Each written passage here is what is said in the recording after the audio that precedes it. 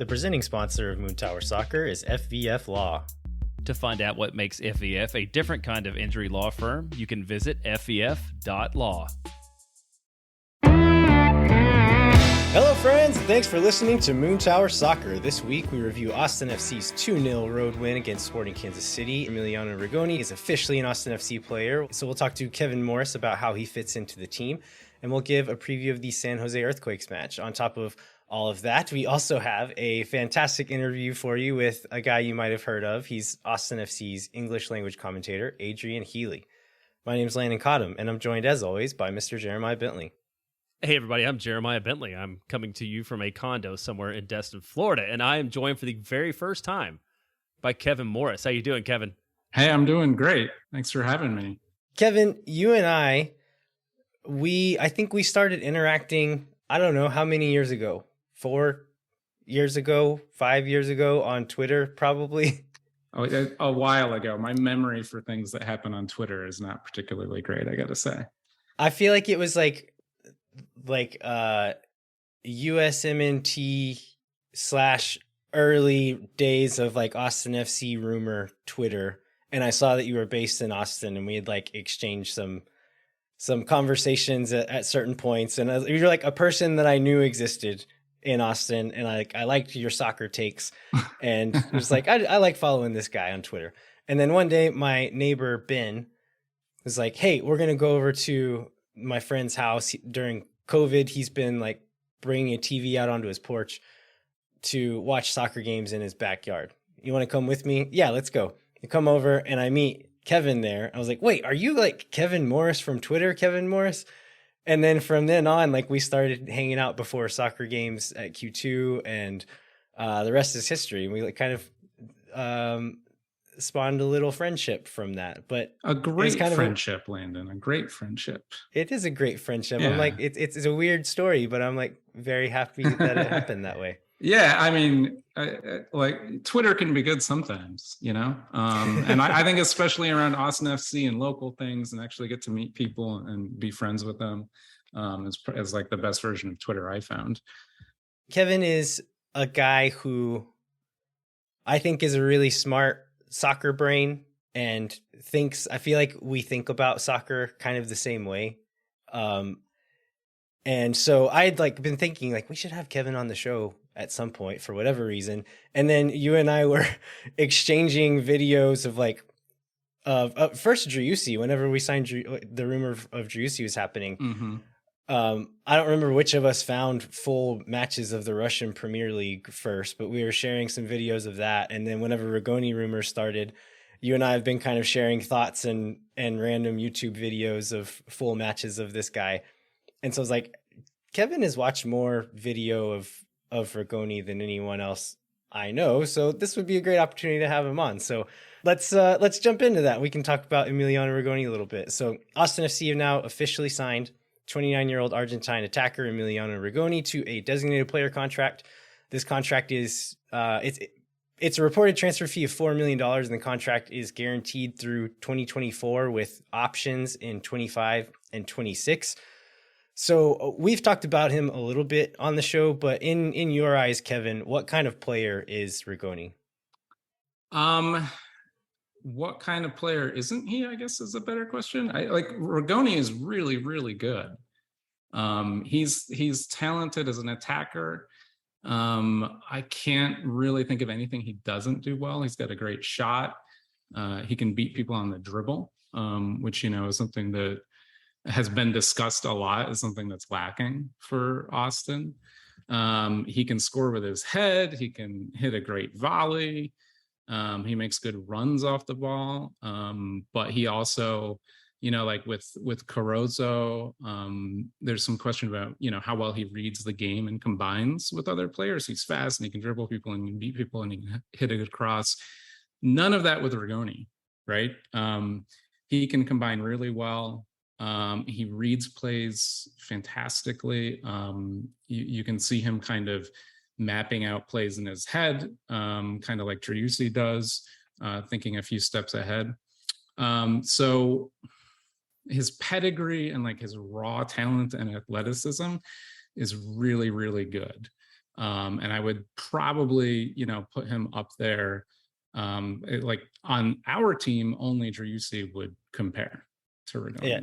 As far as like raw talent, I agree with you. And Yeah. one thing I would add to that checklist is that he can do a lot of that stuff with both feet. So Yes. he crosses well with both feet. He strikes the ball really well with both feet to a degree where like I'm honestly not sure I know which is his strongest foot. No, I've watched a lot of video of him, and I keep trying to figure out which foot is his dominant foot, and I cannot figure it out. Yeah, because when he takes shots, he'll do it kind of like pretty freely with both sides and hits the ball seemingly equally well with both sides. So, yeah, as far as raw talent goes, he is undeniably really, really gifted. So, looking at his past, he hasn't always performed everywhere he's gone. He's had some up and down seasons, even with the same team with Sao Paulo. He had a great season in 21, and then this year has not been performing quite as well. So, like, what do you think? Like, why has he underperformed at certain points of his career? Is it just inconsistency, or are there certain things, like certain circumstances that he's found himself in that have led to that? Yeah, I mean, obviously I'm not only Coney and the people close to him and people that have actually followed his career game by game over 10 years really know the answers to all of that. And I definitely haven't done that. I've watched as many full games of him playing as I can, and I've dove into the stats as much as I can. And I think it's a mixture of different things. First of all, I think that we have to first kind of question ourselves of what we mean by inconsistency.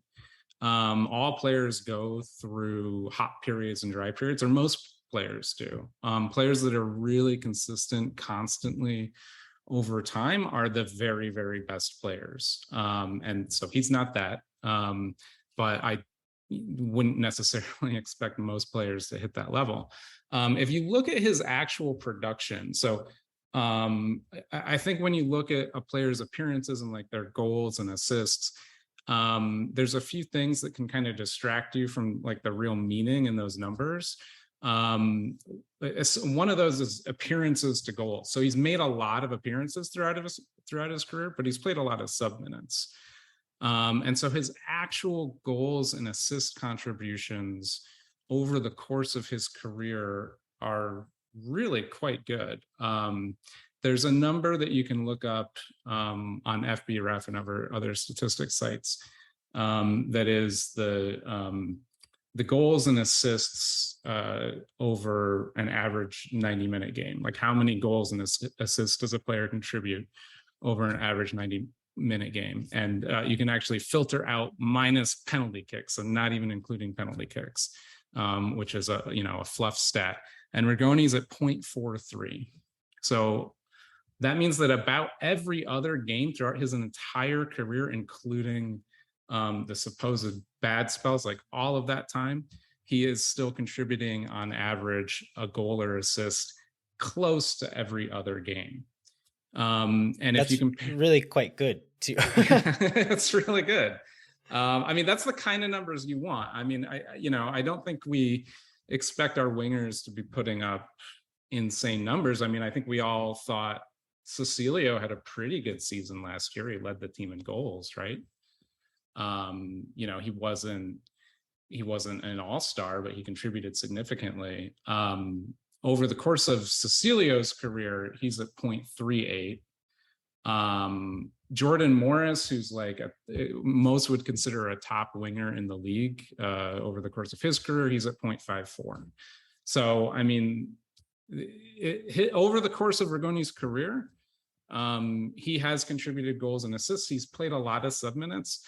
Also, I mean, it doesn't mean that he didn't have down periods. When he played in La Liga, that was a bad loan. That was a really bad loan. I think he had a goal and an assist. But I think that there's also other things going on with some of his loans. So first of all, I mean, just the entire situation at Zenit probably was the wrong choice for him as a career. Yeah, it seems like it was pretty tumultuous as far as he got, was it just one full season there and then was loaned out 3 seasons in a row and was playing like partial seasons at Zenit, partial seasons in Italy or Spain. And so I don't see how you're ever going to build any kind of consistent performance whenever you're doing that. Yeah, pretty much. I mean, he started at Zenit really well. When he started, he actually he lit like the Europa League on fire. He had crazy goal contributions and assists. He scored a hat trick against Rosenborg, I think. Driussi started that game too. They played great. He had a bit of a down period and then got loaned out to Atalanta. And then in his first few games for Atalanta in this Serie A, he absolutely killed it. He scored a brace against Roma, scored another goal against, can't remember, I think it was a big team. But there he had a conflict with the coach, a famously like difficult manager, Gasparini. A guy that when I was looking it up was described as a brute, and how he handled the situation with Rigoni. So it's been a mix like it is for anybody. He's had kind of like the natural ups and downs, but then he's also had a couple of bad situations with managers. And in La Liga, he was playing with a pretty team. I think they barely survived relegation. I don't know how to pronounce it. Elche, yeah. Elche. Okay. And that was a team that, like, I mean, their top goal scorer that season had 7 goals. So he had a goal and assist, and the top goal scorer had 7 goals. So it's not like he was on a killer team and was flying. He was in a really difficult situation there. And then he went to Sao Paulo. Sao Paulo did great. New manager. We watched those Sao Paulo games, Landon. That is not a great team. Not a fun team to watch. And I can't imagine a fun team to play a lot of times striker for, which is not even his best position by far. And I mean, just another thing really quick, like that is another thing with Rigoni. He keeps getting put into play striker. He can play that position. That's not his position. That's what I wanted to bring up, was that in several of these places, he seems to be played out of position, not only at striker, but I don't remember if it was Atalanta or Sampdoria, but one of the Italian teams, they played kind of like a 3-4-2-1. And he was playing as one of those withdrawn forwards, like the line of 2, as like an attacking midfielder playing in the pocket, which he can do. He was okay at it, but this guy needs to be on the wing. Like, he needs to be on the wing. You sent me yesterday or today a full match at Zenit where he and Driussi both played most of the game together. He started that game up top. Mm-hmm. And then at halftime, they made some subs, and he moved to left wing back in like a 3-4-3 kind of. And still, like, playing, he needs to be further up, I think. But still, whenever they were getting forward and he got on the ball, he like came alive and just like looked like this is where he's supposed to be. Get in there and instantly better in and around the box, like near other players. And that's where he seems to be really good. And it doesn't look like, from what footage I've seen anyway, it doesn't look like he's hardly ever in that position. It's almost always at striker, either by himself or with another striker, or playing in some weird system that, like, just put him on the wing, give him the ball, and let him do magic. And that was never the case. Yeah, when you see him getting consistent starts for Zenit and consistently playing on the wing, I think it was the 2019-2020 season, he actually had a really good spell for them where he's contributing goals and assists at a really good clip. I think it was 2019-2020, contributing really good goals and assists. And then I think that the Sampdoria loan was like looming or something, or he just fell out of favor and he just stops getting a lot of minutes. So his reward for a lot of goal contributions and playing well was to get on to be moved to the bench and loaned out again. And I can only imagine that that's pretty exhausting, mentally, for a player who, by the way, is living in Russia, which from interviews he had, he pretty clearly wanted to leave Russia behind. But it doesn't mean he's a perfect player, right? And I think that there are things that we have to worry about with him, like any player. Nobody's perfect, but from an attacking perspective, he's an immediate upgrade on certainly Ethan Finley on the right wing, who is having a great season. Yeah, so I guess ultimately, you see him as the starting right winger in Austin at the point in time when he finally makes it here. Is that what we expect to see? I would assume so. I think that Diego kind of owns the left wing.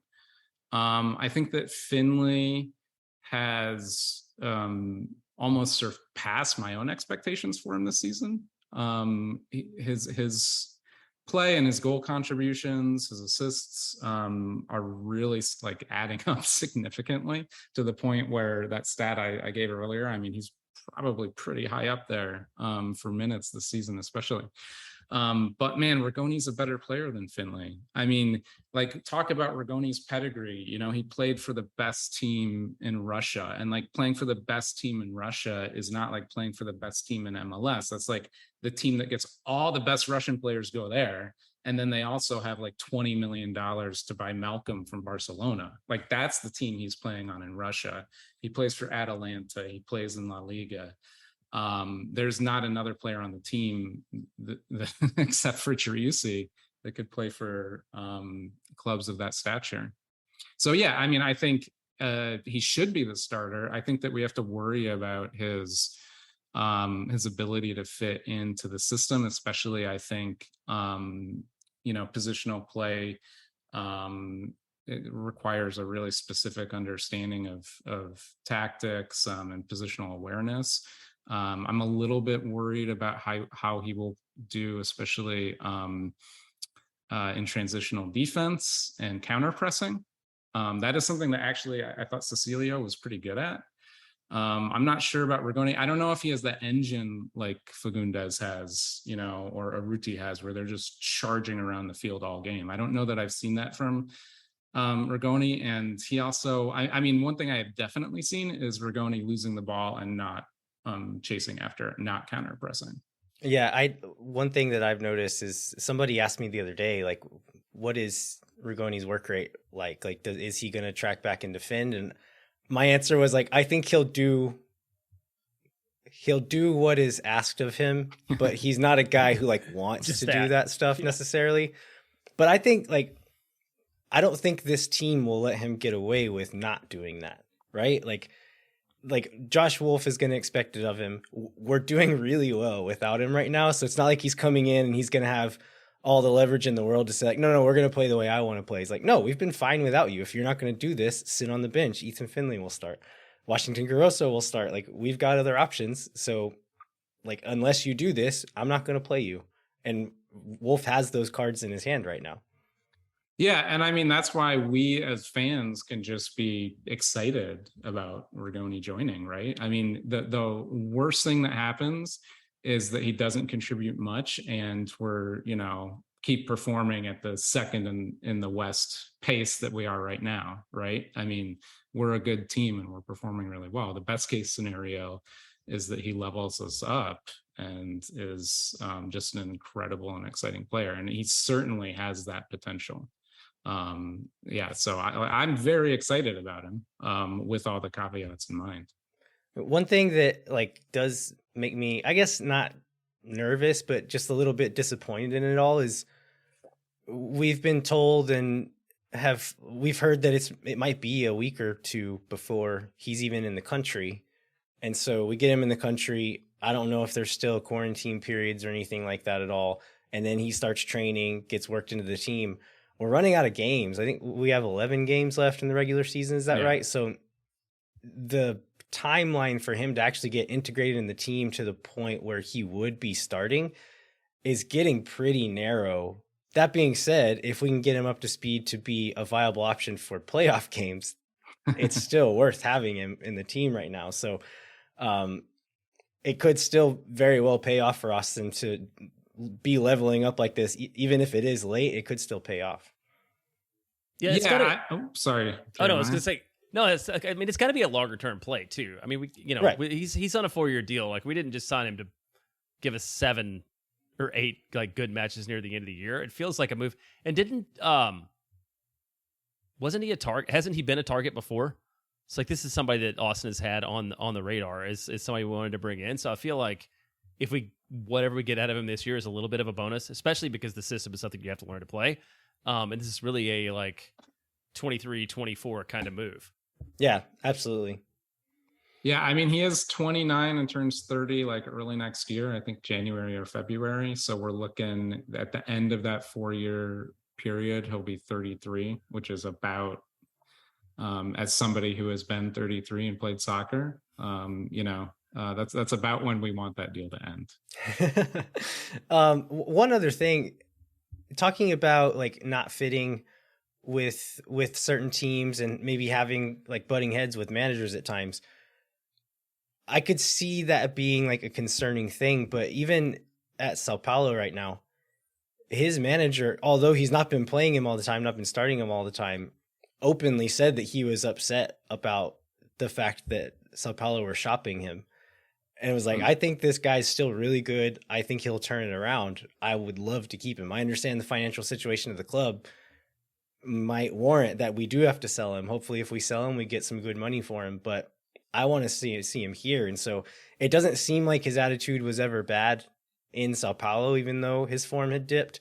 Driussi vouched for him essentially. And like, I mean, if Driussi says the guy can play on our team, then I believe it. Like, I'll trust that man.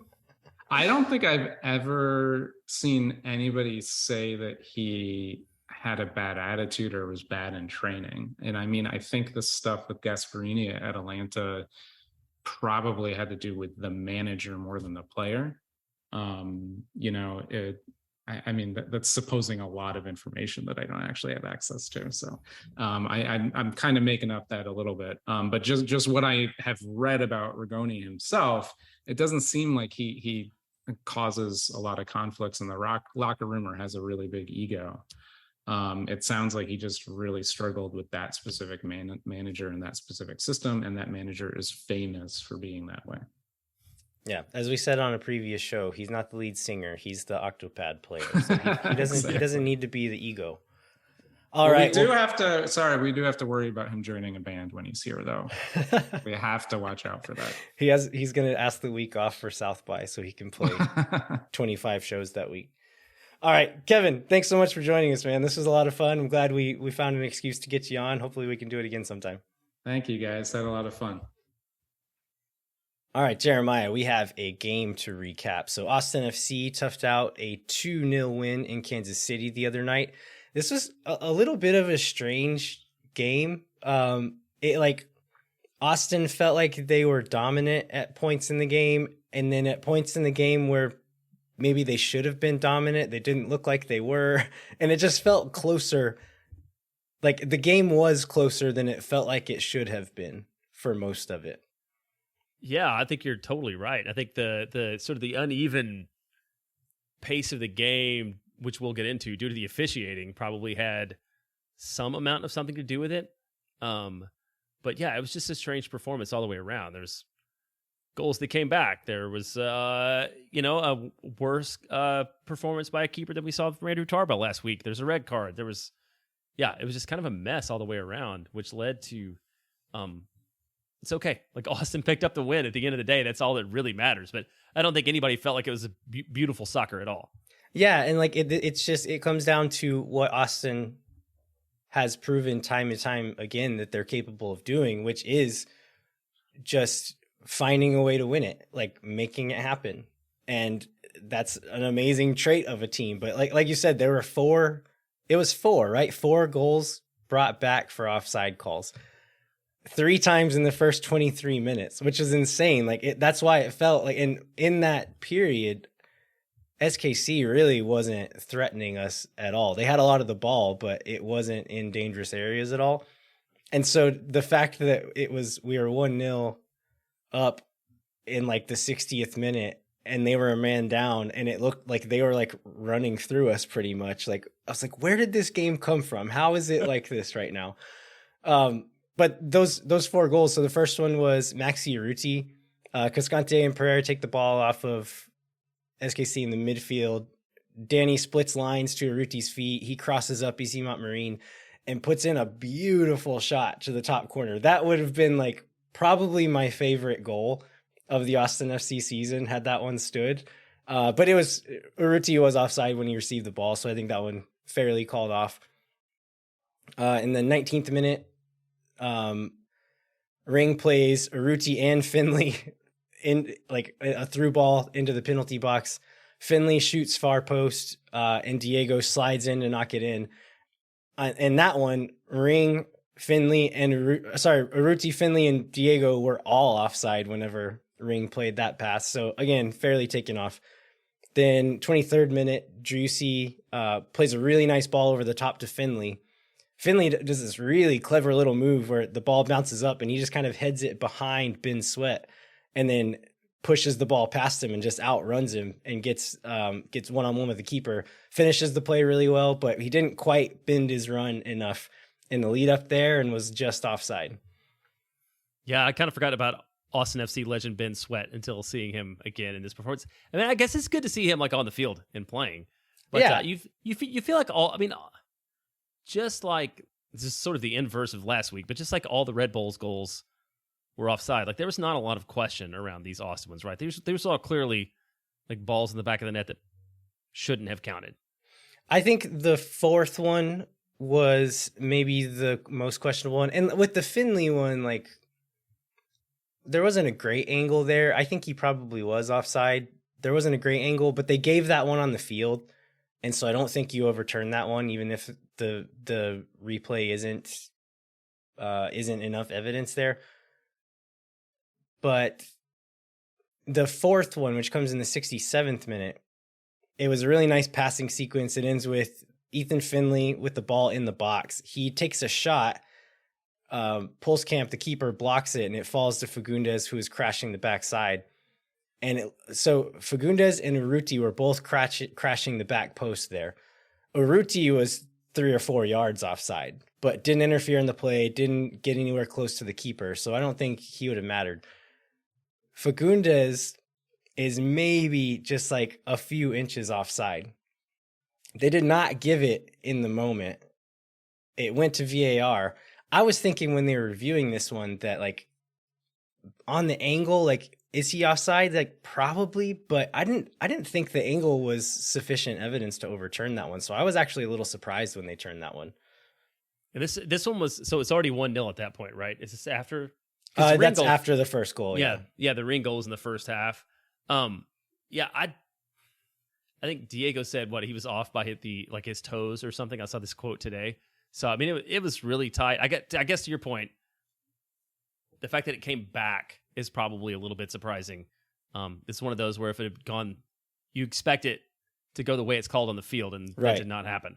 Yeah, I think that's why that one surprised me. But another weird thing about this game, as you referenced before, is the yellow card. So there were 6 yellow cards in the first half, 2 of them to the same player.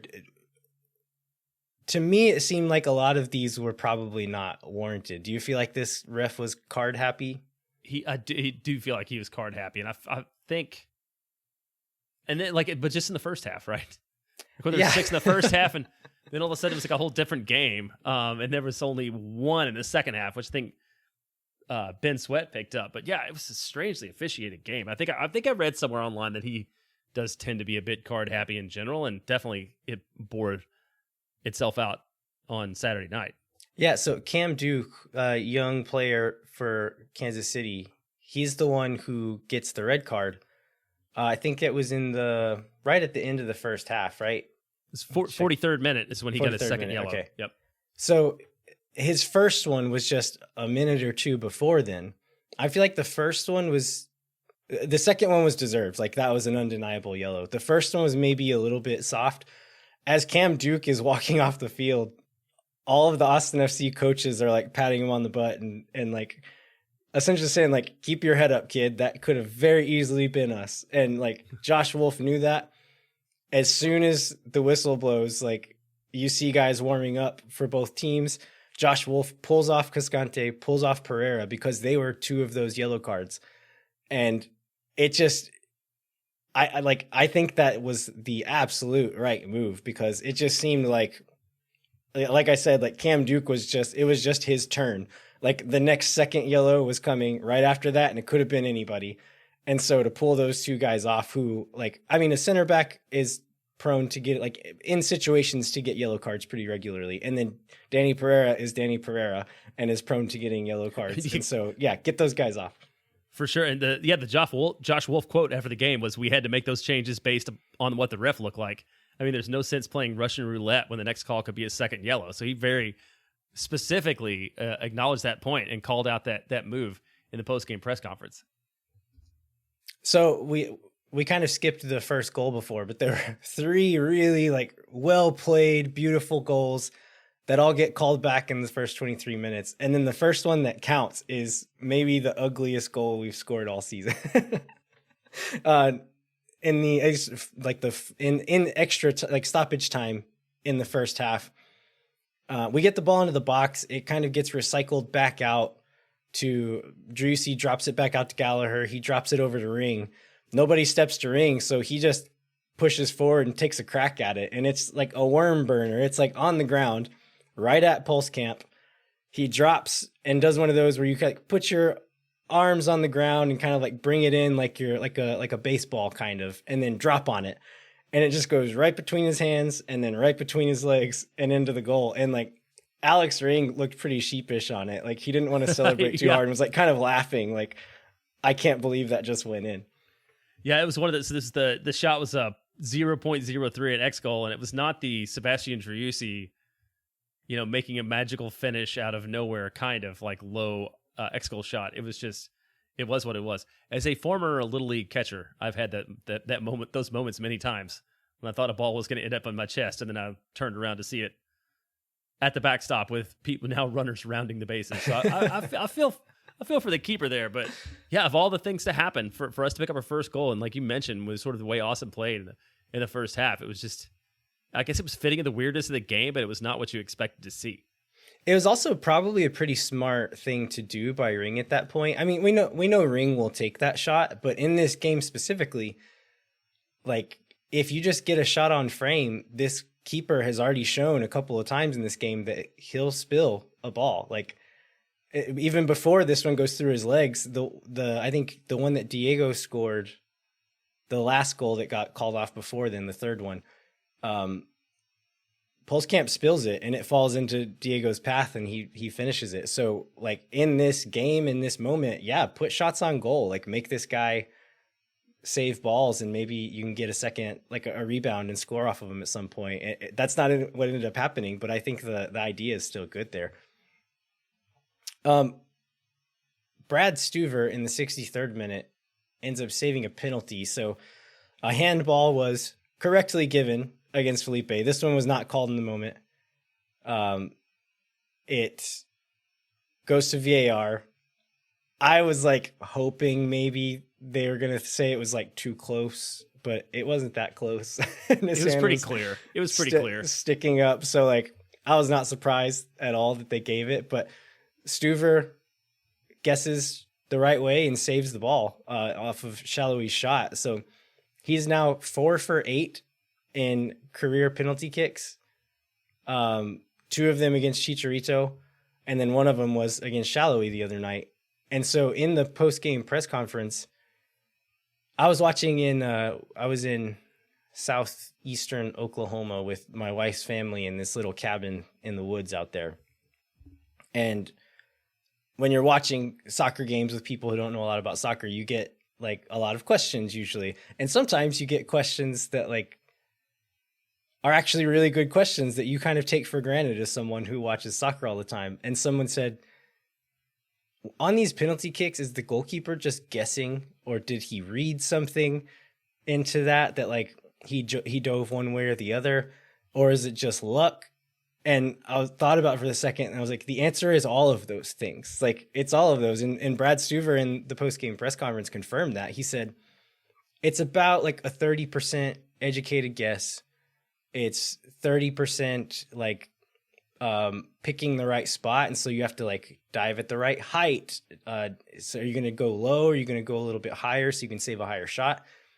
And then like 30% just kind of like luck. And so he gave credit to Preston Burpo, the goalkeeper coach, for like preparing him. And so he had notes on probably Daniel Shallowy, I would imagine on Johnny Russell, and maybe a couple of other players, like guys you would expect to maybe take penalty kicks. And so he was prepared for it. He picked the right direction. And then when he was in the moment and the ball was coming the right way, he did well to parry the ball away. So it is a little bit luck, but also like they prepare for this. They study these things. Yeah, and it's at least the second time we've heard this year. Well, maybe the third time this year we've heard Preston Burpo get specifically credit for something after the game. Like that, the guy's a lot of knowledge, and he was really good when we had him on last year. But I think we were talking about how much better we are on set pieces. And I think that was somebody gave a credit to Preston Burpo on that earlier. There was this one. Oh, there was just generally when Josh was out, like the role that he took. So it's assistant coaches mean a lot, and they probably don't get enough credit for what they're able to do and how they're able to prepare players. Yeah, so Brad Stuver overall, his performance in that game was really good. There's quite a few like pretty tricky saves that he made look really easy, that if Andrew Tarbell or any other keeper were in goal, I would have been pretty nervous, and he just made him look super easy. So really great performance by him. Another guy who had a great performance was Sebastian Driussi, which is becoming a very normal thing Shocker. now. So in the 90th minute, Driussi is driving upfield. He finds Fagundes in field from him. I don't know if you noticed this. He's like kind of motioning at Owen Wolf. I did notice Wolf that. is kind of like making a run in front of Driussi, but a defender was following Driussi on the ball. And so Driussi was pointing back to his right, like telling Wolf, like, no, drop into that space. You're more useful here. And Owen doesn't do it. And so he realizes Diego is open over there. So he plays it a little bit further into Diego and then continues a run upfield and just kind of like starts on a beeline into the box. And so Diego does this thing that he does fairly often and just runs right at the defenders and essentially says, like, you make a decision. You're going to decide what I do next, essentially. And if you, like, in those moments, if you lay off of him, he'll take a shot. And if you commit, he's already looking out for a pass. In the moments where he's going to lay off a pass, he needs an option. And Driussi sees that 2 touches ahead. And so as soon as he plays that ball, he makes a beeline into the box, gives Diego an option. As soon as Isimat Marine kind of commits over, he plays that ball in. Driussi takes a really classy touch to control it with his first touch, and then puts a calm finish past Pulse Camp and finally puts that final nail in the coffin. Yeah, because, man, we didn't talk about the sort of the emotions of the moment, but when Austin was up 1-0 and the Shallowy had the penalty, I was like, man, if we end up drawing this game with everything's going, that would have been awful. So yes, it made things a lot more pleasant whenever Driussi finally sort of closed the door on this match and did the things that only he can do. Yeah, so he was named to the MLS Team of the Week for a 9th time, which is the most in the league. He's now, by all the MLS pundits, the favorite to win MVP for the league. He has 14 goals, 7 assists, which is the most goal contributions in the league. He's leading the Golden Boot race with 14. He's just been amazing. And I think a lot of what makes him so good is his movement and his intelligence. And so I would encourage any listeners to take a little stretch of the next game and just watch Sebastian Driussi. Not when he's on the ball. Watch him what he's doing after he plays a pass. He'll play a pass, and then what he does then, I think, is one of the most fascinating things about his game. He's constantly surveying the field. He's playing 2 steps ahead. So when he makes a pass, he'll get on his horse to be in a position that's the most dangerous position 2 or 3 passes from now. He makes better runs than most strikers. Certainly, any striker on our team, maybe Maxi Urruti could rival him there, but just like really clever, deceptive runs that he can surprise defenders with. And even if the ball doesn't come to him in those moments, the defense still has to reckon with the possibility that the ball might come to him. And so he opens up space for other people by making those runs, and he does them with conviction. Like, he's never like half-heartedly making a run. He runs hard all the time. And so, like, is he a physically gifted player? Yeah, he's very talented. Like, he's just, the skill that is in his body is immense, but that's only half the story as to what makes him so special. I think just the mental side of his game and his intelligence on the field is really what makes him so special. Yeah, and he's at the point now where he's being recognized, and people are going to have to plan around him, which just should open up other opportunities for the rest of the club. So he's team of the week, but he was not Austin FC man of the match, which somehow went to Owen Wolf. Had a good game, but I mean, what did you think about that? I was perplexed by that. I do not understand that at all. It was like Owen only played in the second half, which was, he had a great 32 minutes. Was like probably the worst part of the game for us. And he was good. He was really good. He I think defensively especially, he was like bullying grown men at times and like taking the ball off of him. He got into some good positions, made some good little passes, but like, I do not understand why he was man of the match necessarily. I don't get it, but whatever. Good for him. Maybe they're just tired of giving it to Driussi. I don't know, but I was really surprised when I saw that. I feel like there could have been other players who got that. I thought John Gallagher had another pretty good game too. Oh man, John Gallagher was great. Like, he's just been so good. I think he's our best fullback on the team. Nick Lima had a good game, and I think he's had a few good games over the last little stretch now when he had a dip in form. But Gallagher has just not really been bad most of the time. And like, defensively, I mean, he had Johnny Russell on for the first half. Russell didn't really do much against him. There were several moments where Kansas City was in a dangerous spot, and Gallagher would poke the ball away or chase a guy down and body him off the ball, or just things like that. And then in possession, I've seen people criticize his offensive ability and saying that, like, I think they're used to seeing Kolmanich get up on that left-hand side and whip those crosses in. And Kolmanich is very good at that, but we're not playing that way anymore. Like, even if Kolmanich is in, he's not really doing that same thing. And so the way that we're using our fullbacks, I think it's better suited to Gallagher, or at least the way he's playing this year. And so he's really like a safe pair of hands. He doesn't give the ball away very often.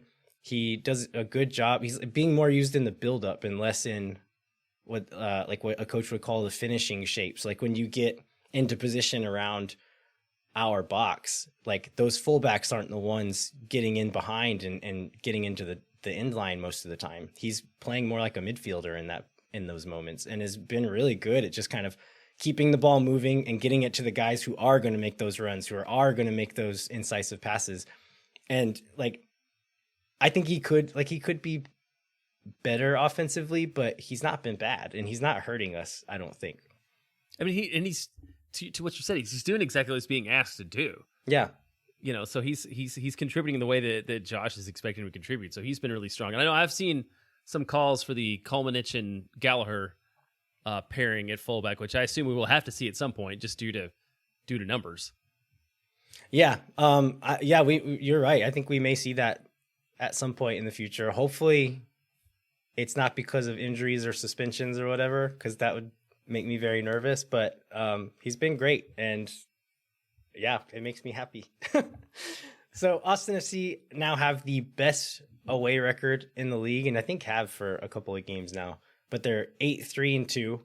I think the next most wins is LAFC with 6 road wins. So it's 11 games left. We have 7 games at home, 4 games on the road. Is it Is it dumb to think that it's a bad thing that we have more home games? I don't know. Well, the points per game is definitely better on the road than at home so far. So hopefully Austin will figure that out. If for no other reason than the fact that Austin looks really like they're going to head toward a home first round playoff match. And I think nobody wants to see a one game run in the playoffs. So hopefully Austin finds a way to turn it around at home. But yeah, they do seem to, whatever this style of play is, it seems to sort of defy your usual home versus road logic. All right. Well, I think we have said all we need to say about the Kansas City game. We should take a break here. We're going to come back and we have the preview of the San Jose match. But we also have a fantastic interview with Adrian Healey. He talks about the new MLS TV deal. He talks about the art of broadcasting. He talks about guys he looks up to. We talk about music. We talk about all kinds of stuff. But Adrian's a great dude. Y'all are really going to enjoy this interview. So hang tight. We'll be right back with more Moon Tower Soccer.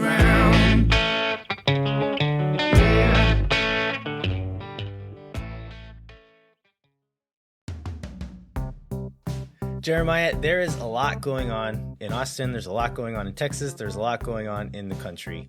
Sometimes I wish that there was one quick place to get all the news that I need for the day. Do you know where I can get that? Would you like that news to deliver to you in short form between 6 and 10 minutes long? I absolutely would. Well, that is amazing. Then you should check out the Austin Daily Drop, which is brought to you by longtime Austin broadcasting veteran Chris Mosier. What can I get from the Austin Daily Drop, Jeremiah? Well, you can get a summary of, every week we do this ad, and we talk about the types of things you might get. But this week, I decided to actually go through the episodes and talk about the things you would actually get. So had you listened to the Daily Drop over the last week, you would hear a lot about the heat wave. You hear a lot about the electrical grid. You hear a lot about the situation in Uvalde and all the things that have come out since then.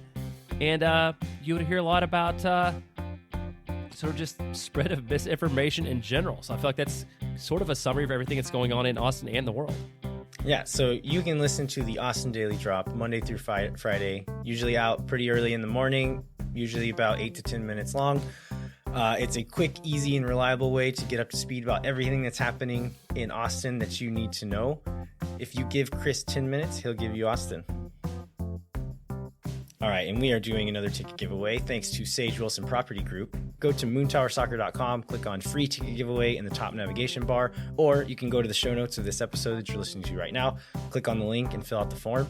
This is made possible by Sage Wilson Property Group. So if you or someone you know are in need of Sage real estate advice in Austin, you should talk to our friends at Sage Wilson Property Group. And Moon Tower Soccer is brought to you by our friends at FEF Law, the official injury lawyers of Austin FC. FEF is a different kind of personal injury law firm dedicated to community, transparency, and client education. You can go to fef.law to find out what makes FEF a different kind of injury law firm and why understanding your legal options can dramatically change the outcome of a case.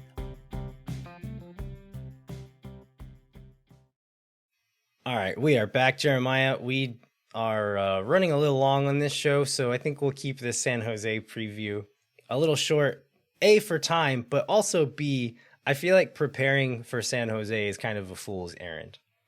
It is, and I believe this will be the 5th time in Austin's history that we played San Jose already, because I think that was one of the 3 team matches last season. So I feel like we've said everything about sort of San Jose's background and style of play and what to expect that we could possibly say it all. So right now they sit 13th in the West, ahead of Sporting KC. They are -9 on goal differential. Yeah, they're not particularly strong form of late. They've had a draw, 2 losses. They beat the Galaxy 4 matches back, so they're kind of up and down a little bit, mostly down as we've seen. But they're never a dull moment and shouldn't be looked past. But this seems like the kind of match that Austin should win. Yeah, I mean it really does. San Jose is pure chaos. We should beat them, but they do have some players that we need to watch out for. Christian Espinosa has 6 goals and 8 assists. Jamir Montero has 3 goals and 7 assists. And then Jeremy Abovisi has 12 goals this year. So they have some guys who have still been putting up pretty good numbers. So they've also given up a lot of goals. So if we can turn this one into a shootout, fine, whatever. Like, I think if we're scoring goals, we'll be okay, but we do need to be careful and not let this one turn into a San Jose game. We need this to be an Austin game. Well, and for example, back in April, Austin scored 2 goals to take a 2-0 lead and then managed to give both of those back, which is, I think, at this point in time, a 2-2 draw against San Jose at Q2 would be a disappointing outcome for almost every, if not every single Austin FC fan.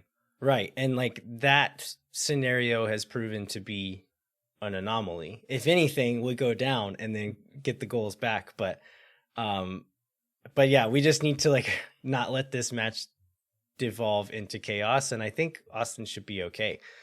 Anything else we need to say about San Jose? No, I think that's probably it. Expect a San Jose outcome. Okay, it's supposed to be hot still. There's a chance of storms, but it's an 8 p.m. start instead of that crazy 7:31 a couple of weeks ago. So hopefully it won't be too killer and the sun won't be so high whenever the game starts. Hydrate before, go over to Hop Squad or to Oscar Blues or wherever and get some hydration before the game, and hopefully we get a good result. All right. I think we should move into our interview with Adrian Healey. So Adrian, we've gotten to know him a little bit over the last year. So he's a great guy, really smart guy when it comes to soccer broadcasting and broadcasting in general. So we really enjoyed this interview and we'll think you'll like it too. I ain't got no time to let you pass. I only got one life and it's gone too fast. All right, we are thrilled to be joined by Austin FC's English language TV commentator, Adrian Healey. Adrian, thanks so much for joining us, man. Hey, how you doing, Landon, Jeremiah? Great to be with you guys. I feel like we're in some sort of sense we're a rock band because we did a couple of live shows, but we've never actually recorded anything before. So this is great. Finally putting out the studio album. Yeah, that's right. I think we're probably about a year from the first live show that we did at the W Hotel, which was like their first live event since the pandemic. But I think that was July of last year where you had a room full of people and Landon and Trevor from CBS and I explaining the offside rule to people who maybe weren't super familiar with it. I've got that video somewhere. Maybe I'll link it. That was quite the explanation, moving bodies around the ballroom floor there or whatever the room was.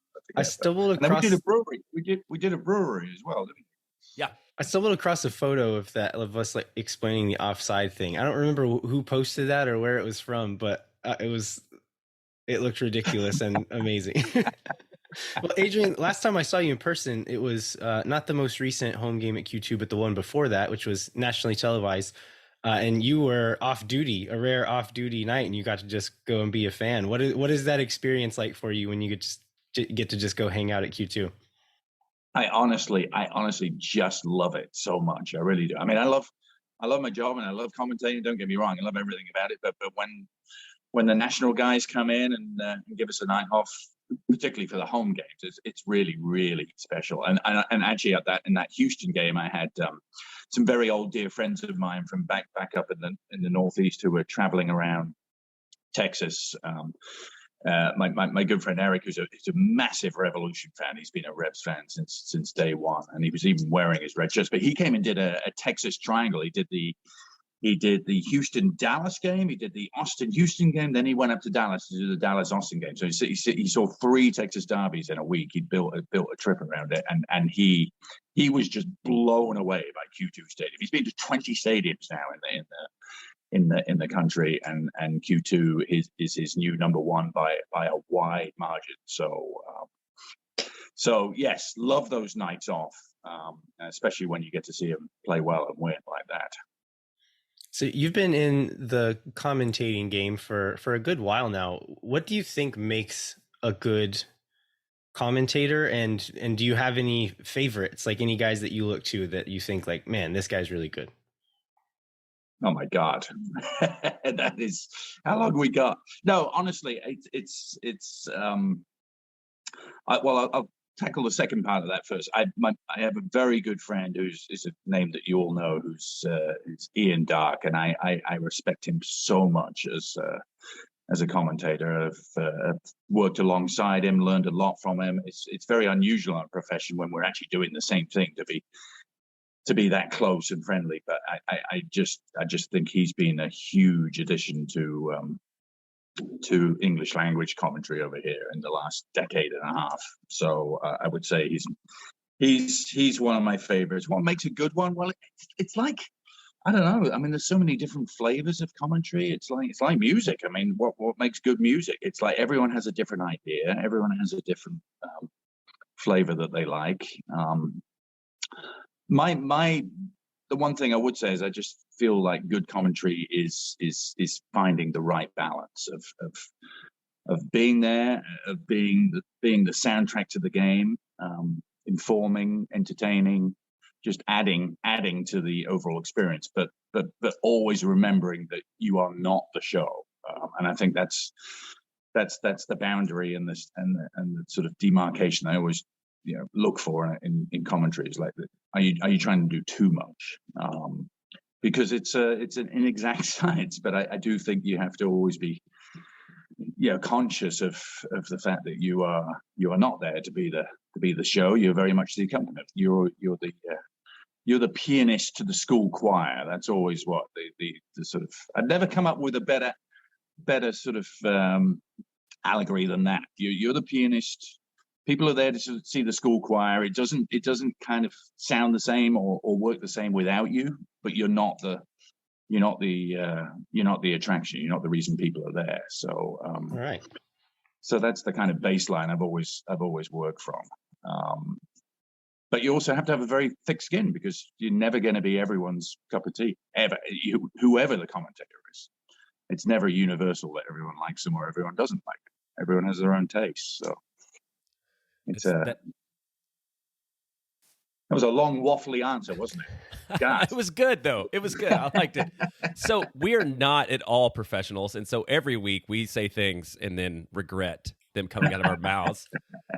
How often does that happen for you? And do you have like an all-time most embarrassing moment that maybe you could share with us, with something that came out in the heat of the moment?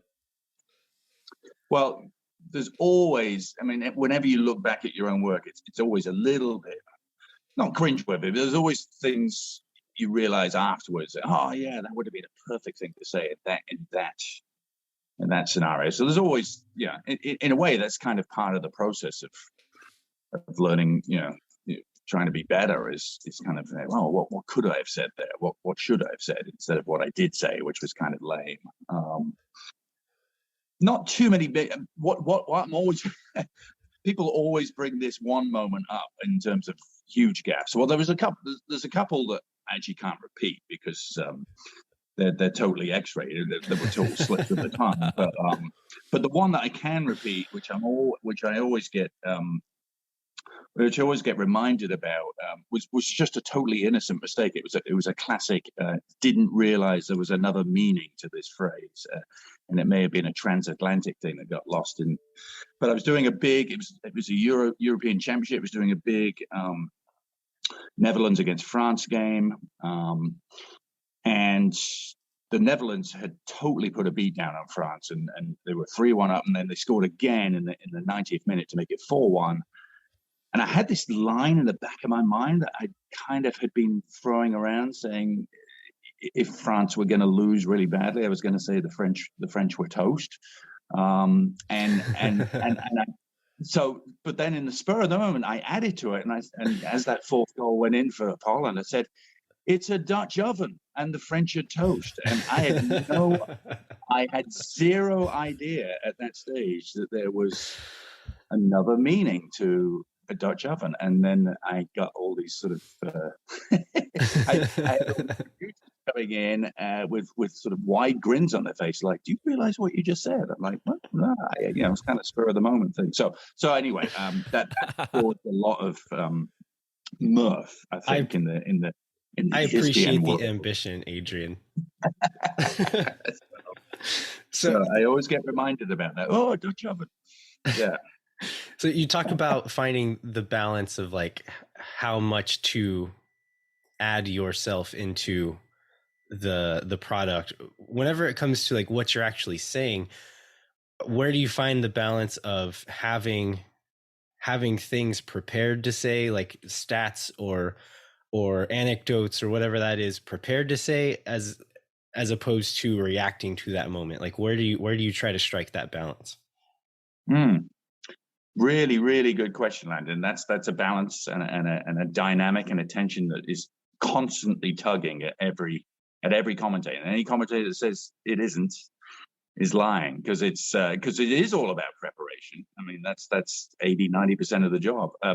But you brought up two different areas of prep really there. I mean, the stats and the numbers and the storylines, those are something you would prep for and have ready to go for any broadcast, and you wouldn't be doing your job if you didn't.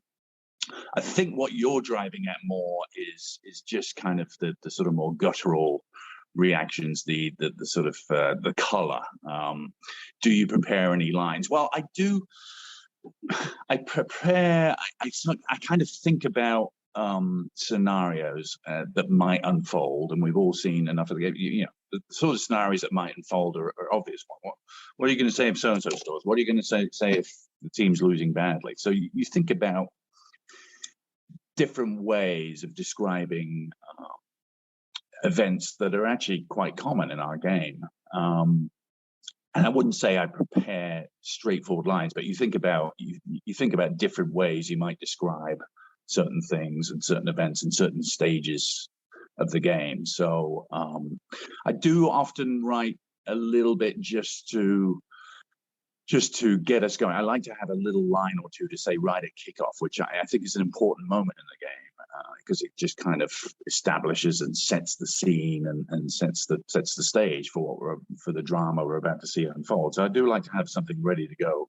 Sometimes at kickoff, sometimes there's some commercial obligations which prevent you from saying that. Yes. But yeah, no. So it's always a dance, Landon, between sort of instinctive guttural reactions and kind of lines that you think, or descriptions or words that you think are appropriate. And I'm always kind of trying to find new ways of describing the same things, because there is a lot of repetition. You see the same scenario, so it is a challenge to kind of to use the English language to its fullest. This isn't a question we had prepared, but I just remembered another one I wanted to ask you. On those, like, usually come out a day or two before a game, and there'll be kind of like a cinematic preview of the game with your voice over the top of it. Do you write your own copy for that, or is that more of a team effort that you're working with other folks to get that right? The narratives that are so we run them the day before the game, and also at the start of each broadcast before the pregame show and the show. I would love to claim that our friend Sebastian Driussi writes those, because I mean, God, he can do everything else, can't he? Write those. But no, I do write them. I actually enjoy writing.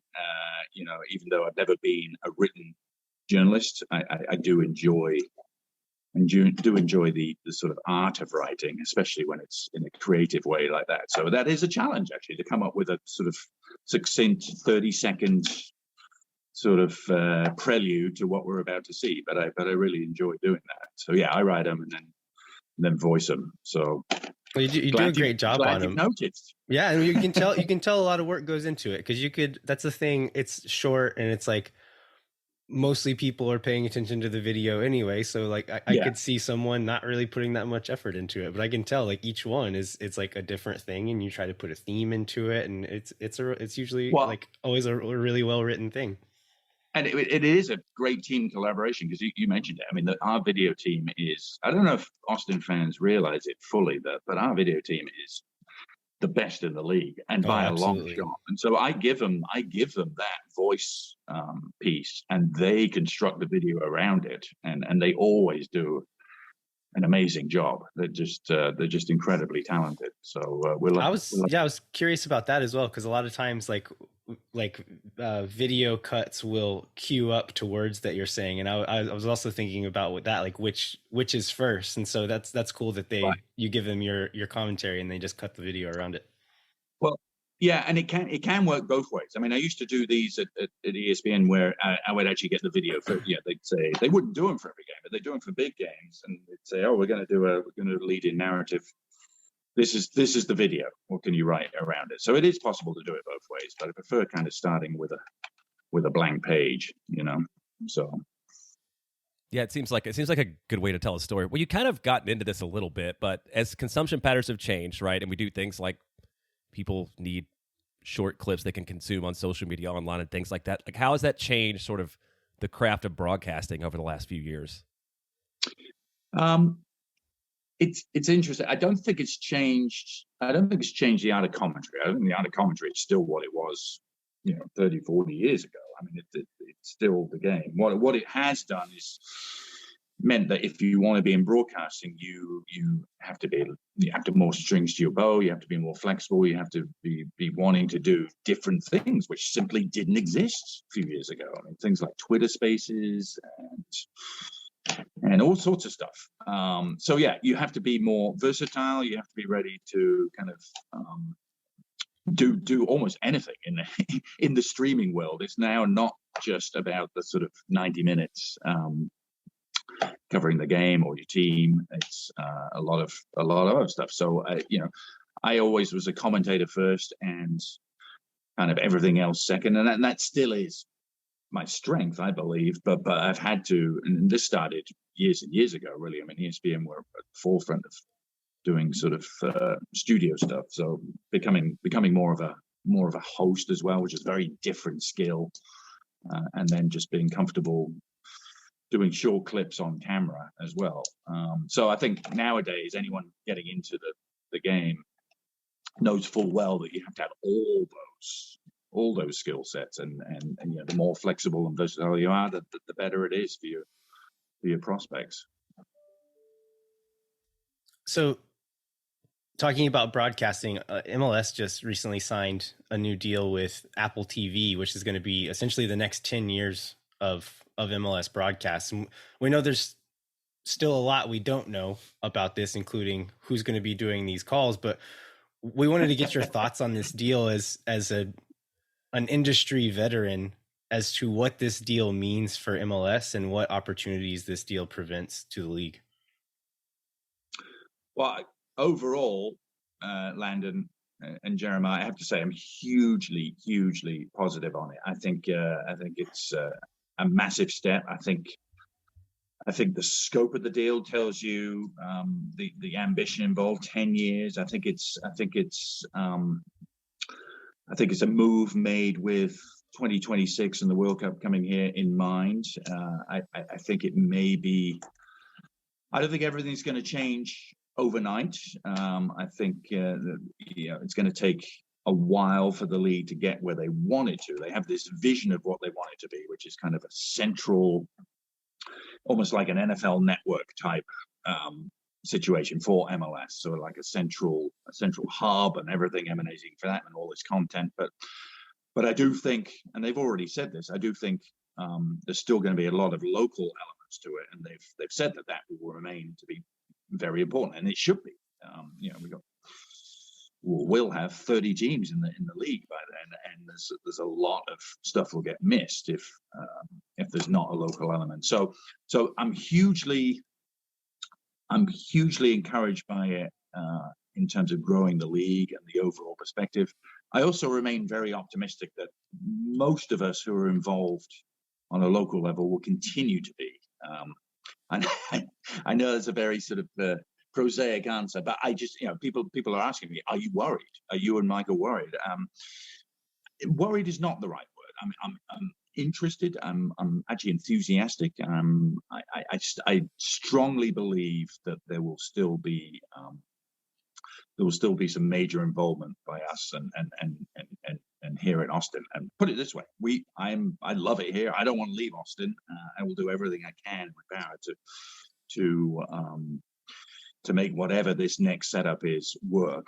And the club have already been very good about sort of saying, yeah, they want to try and make it. But there's so many questions in terms of the actual sort of practicalities. And I don't think, for instance, that by next March, the start of the 2023 season, I don't think there's I think there's a 0% chance the league are totally ready to go with this brand new facility and everything's going to be coming from a central position. I think it's actually going to take a long, slow climb to get to that point. So there's a scenario where not much might change next year, except the delivery method. It's going to be on Apple TV rather than KXAN, which, you know, I will miss KXN. They've been great. They've been great partners for us. But I do think this is exciting. There's certainly many things about the deal that make me believe they're doing it right. There's, for instance, going to be a lot more cameras covering each game. We have about 8 cameras covering local broadcasts. Part of this Apple deal is making it almost doubling that, making it a minimum of 14 or 15, so making it much closer to the sort of coverage you would see, you know, at a top European league or a Champions League. Not quite to that level, but a big step in the right direction. So I think there's going to be a lot of benefits to it. The new Leagues Cup thing starting next summer is going to be a big part of that deal. I'm very excited about that. I think that could be a tremendous competition between all the MLS clubs and Liga MX clubs. So talking about the extra cameras, I think that's good for viewers, but I would imagine for you, like someone who calls games remotely, having more cameras could only be a good thing as well, because a lot of times you guys are limited to what you're seeing. Like, you're essentially seeing the same thing we are. And so I can imagine having more angles on certain things would help you as a broadcaster as well. Well, sure, absolutely, and you're so correct. A lot of people don't realize this. We don't see anything different to the viewer on road games when we're not there in the stadium, when we're calling from any sort of studio setup. Yeah, all we get is the main match feed. So yeah, you want that main match feed to be as all encompassing as you can, for sure. And more cameras just means better production, better shots, better angles, tighter angles, more shots of the coach. We'll see much more of Josh in his third A shirt, and better replays, better angles on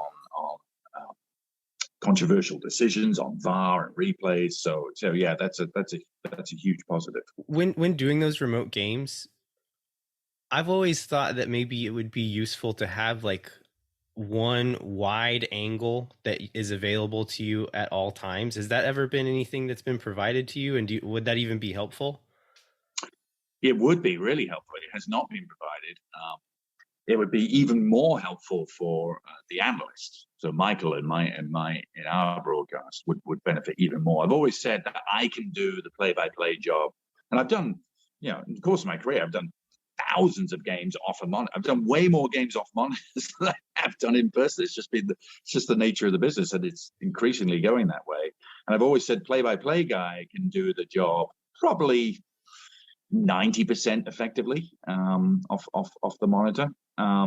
It's harder for the analysts because they really need to see the whole field to be able to accurately sort of talk about some of the tactical stuff going on and what you see off the ball what you don't necessarily see on that main camera shot. So yes, it would be hugely beneficial to have that.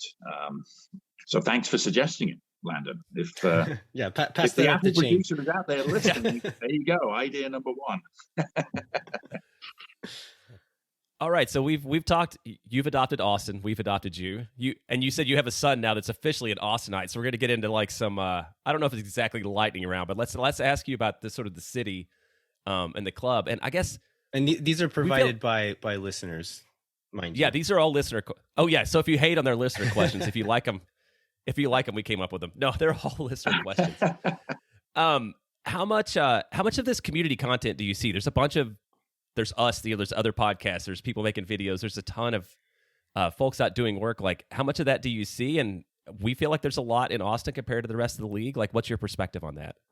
Yes, there is. We are. I don't make no. I mean, it's hard sometimes when you're actually in it, isn't it? It's almost like the boiling frog syndrome. It's like when you're in it, you don't kind of get to step back and see the big picture. But let me tell you, this city is something special in terms of how the community get involved. It's right up there. If it's not number one, I don't know who is, quite frankly. I've never seen anything like it from the stuff you guys do and our own 4ATX Foundation, that side of the community side of the operation is fantastic, and just the groundswell of stuff going on, and I do see a lot of it. I see.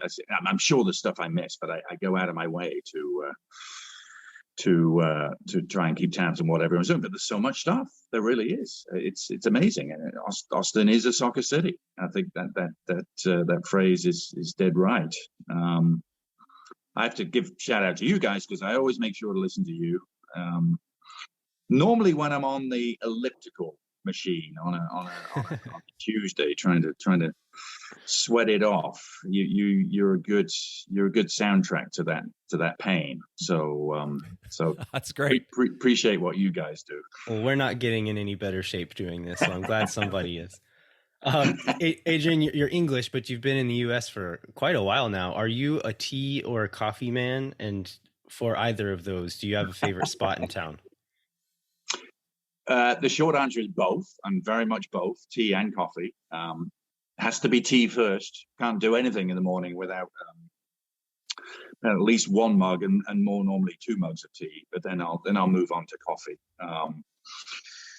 Well, actually, you know what? I never really. I'm kind of old school. I never really get tea out anyway, because tea kind of varies, and I'm just very much down the middle, like the English breakfast tea. But coffee's fantastic. Got to give a shout out to my local coffee house, because I've not come across better coffee anywhere, and that's the Cherrywood Coffee House there on 38th. I love that spot, and that to me is just such a great classic Austin spot. It's love the fact that you can get your morning coffee there. You can go back at night and have a beer and get a dinner and see some comedy or some music. And it's got outside, it's got inside. But the coffee there is tremendous. I love.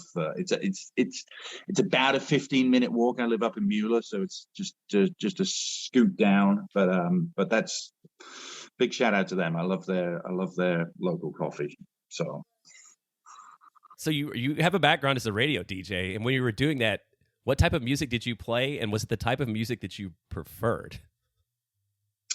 Yeah, well, I mean, I was lucky enough to be in Boston in the early 90s as I got into radio, and that was a very sort of a great era for music. It was basically when sort of alternative rock became sort of acceptable to the mainstream. So maybe some people have some regrets about that, but it was a fantastic era to be on the radio. I mean, it was I worked for a heritage station called WFNX, which was 101.7 up there, and we played everything from the mainstream kind of Nirvana, Pearl Jam, Dinosaur Jr. sort of Axis to Oasis and all the Brit rock stuff that came along, and then actually some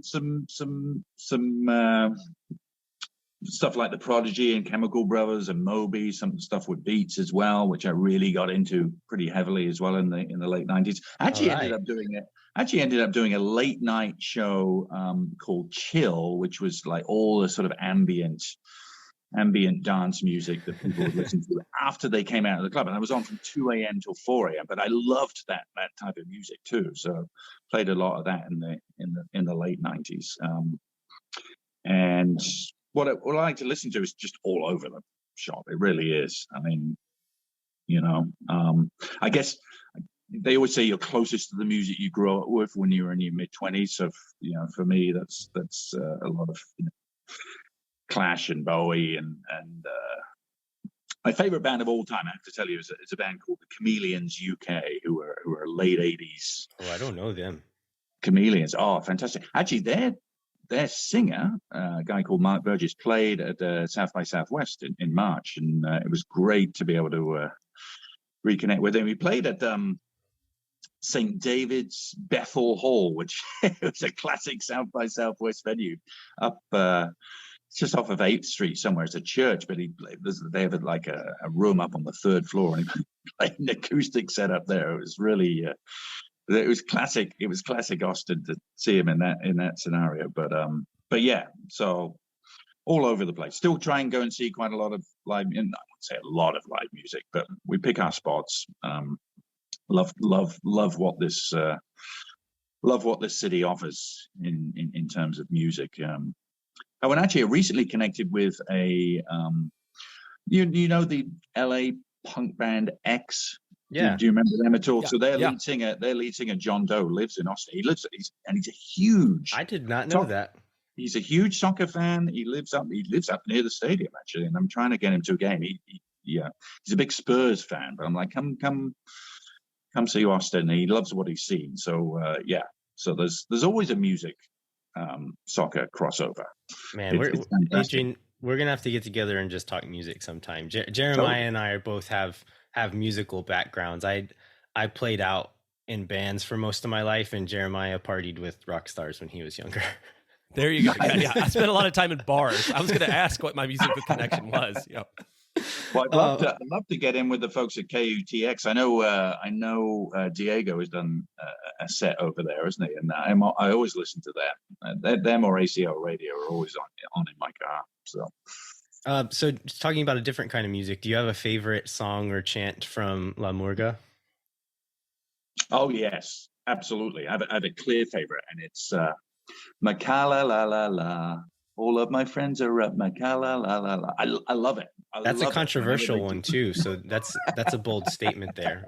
We have a record of being scored on during that game, and so a lot of people have had calls to ban it. Really? Oh, I didn't realize that. I didn't realize that. You must be smart enough to stay off the Reddit Austin FC group and the Facebook group, because those are both places where there's a lot of criticism of that. But yeah, there's the lights, and the fans all get into it. I like that one a lot. And it's an original one too, so no other teams are doing that one. No, it's great. It's absolutely great. To me, that's it's perfect. Builds in, where the stadium is. It's a tune that everyone knows. But yeah, you're right. I have not heard that anywhere else in the world. I think that's a Mateo Clark creation there, so he deserves credit for getting that one started. Yeah, nice one, Mateo. All right, last couple of questions here. Do you have a favorite breakfast taco in town? Ooh, gosh. Well, again, it's probably very geographically influenced, but my closest living where I do, we've got the Vera Cruz taco truck across the way there. Can't miss with that. That's a great one. Yeah, and I love the El Sancho, the chorizo taco that they do, and then the migas poblanas as well. Oh yeah, those are two excellent ones. I think I've been spoiled because we can just walk across there in 5 minutes and get one. So yeah, that would be the favorite. Okay, I'm going to ask you. This is another fan question. Have you seen the guys in the Speedos leading the cheers, and do you feel like that's something that we should encourage and spread throughout the supporters section? I've heard more and more talk about Speedo FC, and I'm still not quite sure what it's in reference to. So no, I don't think I've seen this close up. Maybe I shouldn't see it close up. But what is going on with that? Tell me. I think it first came out of the Miami game, where we just there's at least a couple guys who decided that, in honor of playing Miami, that wearing a Speedo is sort of the natural thing to do there. And it sort of caught on. And I know Rico Hernandez, I think he has lights on his now that sort of outline them. So it's just, they keep popping up. I think Andrew Wiebe may have even tweeted a screen grab from one of the games of Rico and a Speedo. So yeah, this is a Rico question to see if you were aware of the Speedo group and how you felt about it. I've been aware of Speedo FC being a thing. I didn't know if it had actually become a fully fledged team or outfit yet, but it's good to know that's where it originated. Yeah, I think it's continued to exist mainly as a subset of the of the capos in the supporter section, who do it partly to express their love of Austin FC, but also partly to maybe troll the more conservative sets of fan bases in MLS. Well, they're doing an excellent job of that. That's great. All right. Well, I think we've taken enough of your time, Adrian. Thanks so much for joining us. This has been great. And do you have any parting words for us? Any predictions or hopes for the rest of the season? The predicting game is a mug's game, and I've learned to stay well away from it. My man. But no, look, I will say this. I think we should all I think we should all take a step back and appreciate however this season ends. It's been fantastic, and sometimes it's tough to see it when you're in the middle of it, and you kind of start to take it for granted. But what this club has done in year two is almost unprecedented, and that sounds like hyperbole, but it really isn't. When you look back at the history of recent expansion teams in MLS, it's very hard for clubs that have made a bad start in year one to rectify it quickly. Almost impossible. It's almost unheard of. You think of the teams that have done well: LAFC, Atlanta, Nashville. They all made a great start in year one, and they just kind of built on that in year two. It's very, very hard. You think Minnesota, you think Orlando, Cincinnati, Miami. It's very hard for teams who have kind of got off on not the wrong foot, but a downside to rectify it that quickly. And that's exactly what we have done. And we've done it down a DP. We've done it, with not the sort of level of incoming signings that you might think a club would have to make.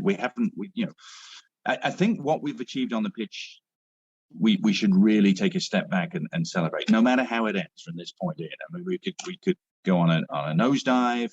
Anything's possible in MLS, but I really think to get to this point where we are has been really something special, and it's something that is very hard to do in this league. So I just hope everyone appreciates the context of what they're seeing here, which is kind of a groundbreaking season two, up until the first 2/3 of it have been anyway. So let's hope the final third is the same. We all want that. We couldn't agree more, and we definitely believe that making a show about a good team is a lot more fun than making a show about a bad team. Oh my goodness, yeah, amen to that. Same with commentating. It's a whole lot more enjoyable and fun, isn't it? A lot more goal calls this year. Yes. All right, well, Adrian, thanks so much for doing this. This has been a true pleasure, as it is every time we get to chat with you. So thanks for doing this. Hey, keep up the great work, guys, and I mean it. You're always a great listen, and love what you do. Right, we'll see you on the treadmill. Yes.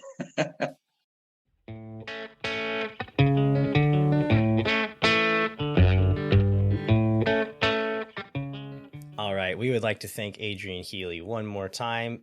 Great guy. A lot of fun talking to him. Hopefully we can do it again sometime soon.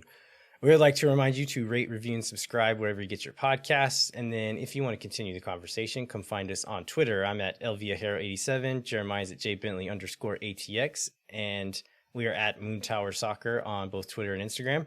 Sign up for the Patreon. Can get cool swag. Send in some questions. Help us. Give us input on how we make this show. And then we'd like to encourage you to visit the Striker, where you can get a 30% discount with the code MoonTower22. That's with a capital M. Jeremiah, what should folks look out for on the Striker this week?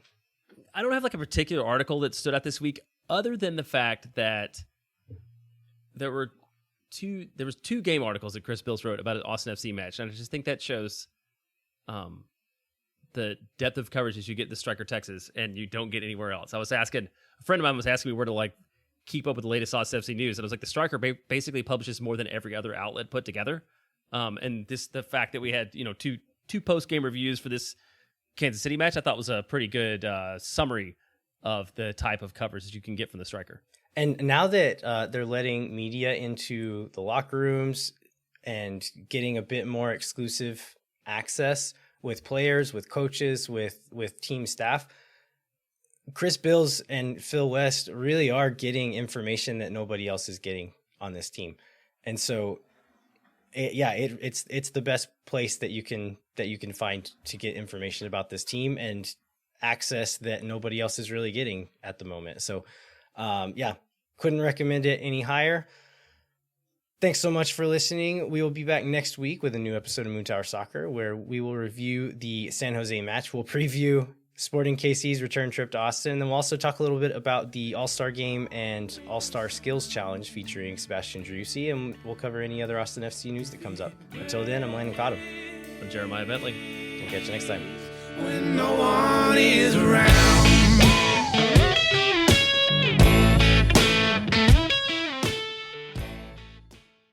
Thank for nothings. You never. La gente. Oh my God.